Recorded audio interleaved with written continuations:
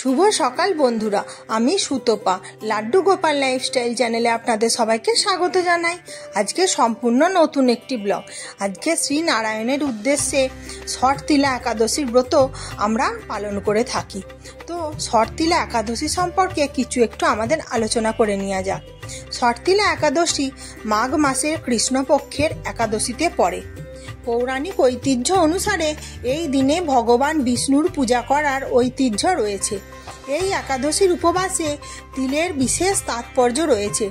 ঐতিহ্য অনুসারে এই দিনে তিল দিয়ে নৈবেদ্য দেওয়া হয়, তিল দিয়ে যজ্ঞ করা হয়, তিল দিয়ে দানও করা হয়, তিল দিয়ে স্নান করা হয় এবং তিল দিয়ে তৈরি জিনিসপত্র ভক্ষণ করা হয় এবং ভগবানের কাছে তিলের নাড়ু অর্পণ করা হয়। হিন্দু পঞ্জিকা অনুসারে মাঘ কৃষ্ণ একাদশী তিথিতে শর্তিলা একাদশীর উপবাস পালন করা হয়। একাদশী তিথি শুরু হচ্ছে 24শে জানুয়ারি সন্ধ্যা 7:25 এবং শেষ হবে 25শে জানুয়ারি রাত্রি 8:31।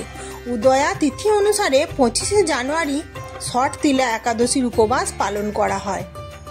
একই সঙ্গে পারণ ক্রিয়া 26শে জানুয়ারি সকাল 7:13 থেকে 9:21 পর্যন্ত আমরা পারণ ক্রিয়া সম্পন্ন করতে পারি।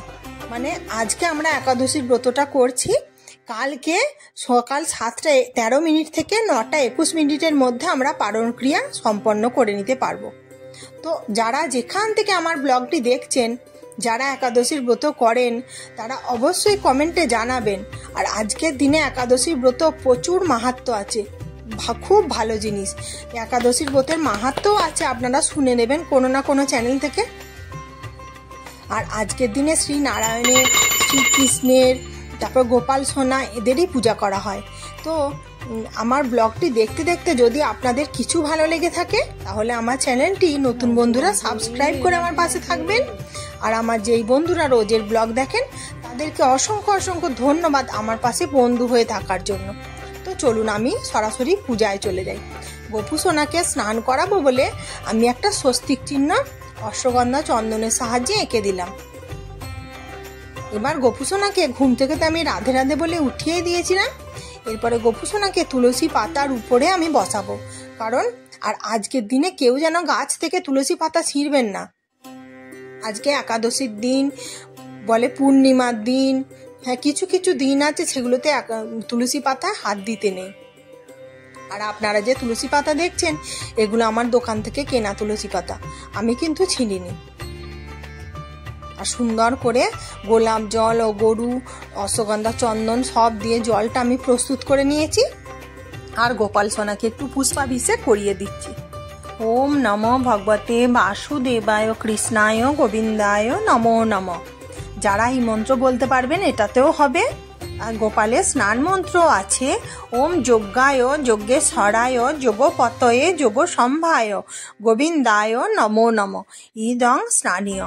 এই বলে গোপাল সোনারও স্নান মন্ত্র আপনারা পাঠ করে নিতে পারেন। সুন্দর করে গোপাল সোনাকে একটু যে জলটি প্রস্তুত করা ছিল সুন্দর করে স্নান করিয়ে নিয়েছি। একটু ফুল দিয়ে শীতকালের দিনে সাজাতে খুব ভালো লাগে, কারণ গাঁদা ফুলটা শীতকালেই বেশি ভালো ফোটে। আর গোপাল সোনাকে আমি সুন্দর করে একটু আতর দিয়ে গোটা গায়ে আমি মালিশ করে দিচ্ছি। এরপরে গোপাল সোনাকে আজকে একটা পিঙ্ক কালারের সোয়েটার পরিয়েছি, আর ওর উপরে একটু আতর দিয়ে দিলাম, কারণ গোপাল সোনাকে যত গন্ধাদি দ্রব্য দেবেন তত গোপাল সোনা বেশি খুশি হয়। আর আজকের দিনে দেখুন গোপাল সোনার জন্য এই সিংহাসনটা গোপাল সোনা বাবা এনেছিল ব্যাঙ্গালোর থেকে। শুধু নিচের এই জল চৌকিটা ছিল, উপরের ওই ডিজাইনটাও নিজে হাতে করে তৈরি করে দিয়েছে। কি সুন্দর যে দেখতে লাগছে কি বলবো। আর গোপাল সোনাকে তো শুধু বসাতে নেই, একটি লাল আসন, ওর কারণ উনি তো নারায়ণ। সুন্দরভাবে গোপাল সোনাকে বসিয়ে দিলাম। আর গোপাল সোনার হাতে যে বাঁশিটা দেখছেন এটা সোনার বাঁশি, সুন্দর করে দিয়ে দিলাম। ময়ূর পালকও দিয়ে দিলাম। কি যে ভালো লাগছে আজকে। আর একটু আয়না দর্শন করিয়ে দিলাম গোপাল সোনাকে। এরপরে আমি শ্রীকৃষ্ণ, রাধারানী, লক্ষ্মী নারায়ণ, গণেশ ঠাকুর, শিব ঠাকুর সবার জন্য রজনীগন্ধার মালা নিয়ে এসেছিলাম। আর মা লক্ষ্মীর জন্য আজকে একটা কি সুন্দর রক্তগন্ধার মালা নিয়ে এসেছি। আমি সব ঠাকুরকে মালাগুলো পরিয়ে দিচ্ছি। আর আমি পুষ্পগুলো যখন আমি প্রথমেই দেখলেন যে পুষ্পাভিষেক সুন্দর করে নিয়েছি, গঙ্গা জল দিয়ে আর সাদা শ্বেত চন্দন দিয়ে পুষ্পাভিষেক করে নিয়েছি। তারও মন্ত্র আছে, আপনারা যদি দেখতে চান তাহলে আমার নিত্য পূজার একটি ভালো ব্লগ আছে, আমি ডেসক্রিপশন বক্সে শেয়ার করে রাখবো, আপনারা দেখে নেবেন। আর সুন্দর করে আমি মা লক্ষ্মীনারায়ণকে আজকে রক্তগন্ধা ফুলের মালাটা পরিয়েছি, কারণ দেখতে কি ভালো লাগছিল।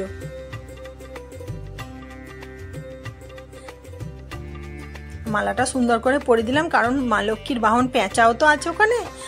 আর গণেশ ঠাকুরের সিংহাসনটা দেখুন, অনেক বন্ধু কমেন্ট করেন গণেশ ঠাকুরের সিংহাসনটা খুব সুন্দর দেখতে। জানেন তো বন্ধুরা, এটা আমার হাজব্যান্ড নিজে হাতে বানিয়েছে। আর এটা আমার শিব ঠাকুরকেও আজকে সুন্দর করে মালা পরিয়ে দিয়েছি, কারণ সব ঠাকুরকে আজকে আমি দেখিয়ে দিলাম একটু। আর মা লক্ষ্মীর ঘটেও একটু সুন্দর করে রজনীগন্ধা ফুলের মালা দিয়ে দিয়েছিলাম। এরপরে কিছু ফুল নিয়ে শ্রী লক্ষ্মীনারায়ণের চরণে এতে গন্ধপুষ্পে শ্রী লক্ষ্মীনারায়ণায় নমঃ, আবার এতে গন্ধপুষ্পে শ্রী রাধা কৃষ্ণায় নমঃ, এতে গন্ধপুষ্পে শ্রী গোপালায় নমঃ। গোপাল সোনাকেও সুন্দর করে ফুল দিয়ে সাজিয়ে দিলাম। আর গোপাল সোনার সামনে ঘন্টাটাও রেখে দিলাম। এবার গোপাল সোনা চরণে চন্দন সহযোগে তুলসী পত্র দিলাম। এ তানি সচন্দন তুলসী পত্রানি ওম নমস্তে বিশ্বরূপায় গোপালায় নমঃ।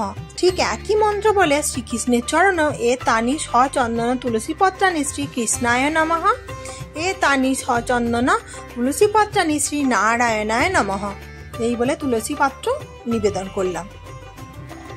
এরপরে ভগবানের সামনে একটু লাড্ডু, একটু মাখন, একটু আপেল, তুলসী পত্র সহযোগে আমার গুরু মন্ত্র জপ করতে করতে ভগবানের কাছে ভোগ নিবেদন করে দিলাম। আর একটু তুলসী পত্র সহযোগে পান করার জন্য জলও নিবেদন করলাম। হরে কৃষ্ণ মহামন্ত্র বলতে বলতেও আপনারা করতে পারেন। আর আজকের দিনে অবশ্যই যেই জিনিসটা অর্পণ করতে হয়, তিলের নাড়ু অর্পণ করতে হয়, যেহেতু নারায়ণ আর আজকের দিনে ষট তিলা একাদশী, ওর জন্য আমি 4টে তিলের নাড়ু তুলসী পত্র সহযোগে হরে কৃষ্ণ মহামন্ত্র বলতে বলতে গোপাল সোনার সামনে তিলের নাড়ু নিবেদন করলাম। এরপর আমরা দুজনে স্বামী স্ত্রী মিলে আরতি করে নিচ্ছি। ওম জয় জগদীশ হরে, স্বামী জয় জগদীশ হরে, ভক্ত জনকে সংকটে দাস জনকে সংকটে শনি মে দূর করে। ওম জয় জগদীশ হরে, মাতা পিতা তুমি মেরি शरण बाहू में किसी की, स्वामी शरण बाहू में किसी की, तुम बिनी और ना दूजा, प्रभु बिनी और ना दूजा, आस करूं मैं किसी की। ओम जय जगदीश हरे, तुम पुराण परमात्मा, तुम अंतर्यामी, स्वामी तुम अंतर्यामी, पारो ब्रह्म परमेश्वर, पारो ब्रह्म परमेश्वर, तुम्हें सबके स्वामी। ओम जय जगदीश हरे, तुम करुणा के सागर, तुम पालन करता, स्वामी तुम पालन करता, मैं मूरख भले कामी, मैं सेवक तुम स्वामी, कृपा करो भरता।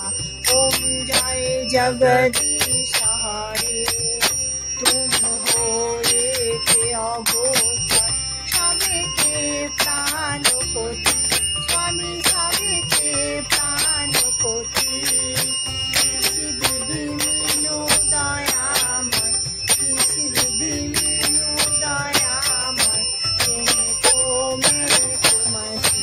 ओम जय जगदीश हरे, दीनबंधु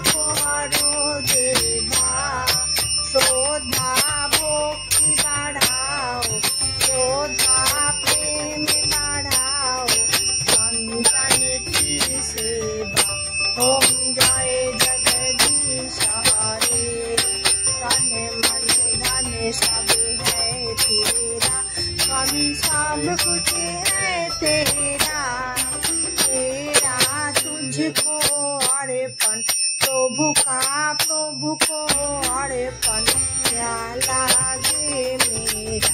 ओम जय जगदीश हरे, श्याम सुंदर जितियारे, जो कोई नारे गावे स्वामी, जो कोई नारे गावे।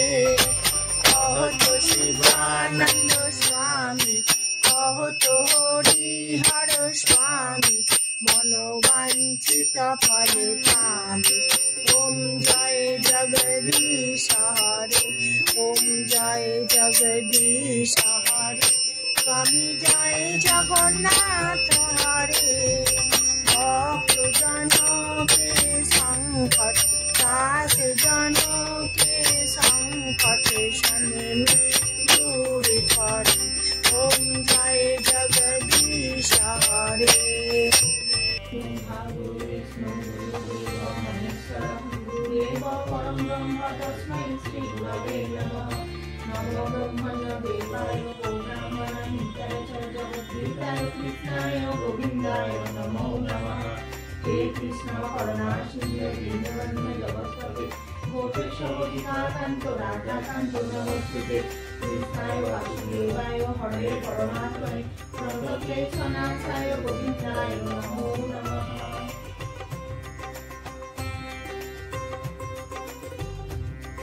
গুরুদেবের শ্রীচরণে প্রণাম জানিয়ে আজকে গুরু প্রণাম সুন্দর করে নিলাম, কারণ আমরা প্রত্যেক দিনই পূজার পর গুরু প্রণাম করে থাকি। আজকে সুন্দর করে আপনাদের সামনে একটু শেয়ার করলাম। এরপর আমি সুন্দর করে শঙ্খধ্বনি করে নেব।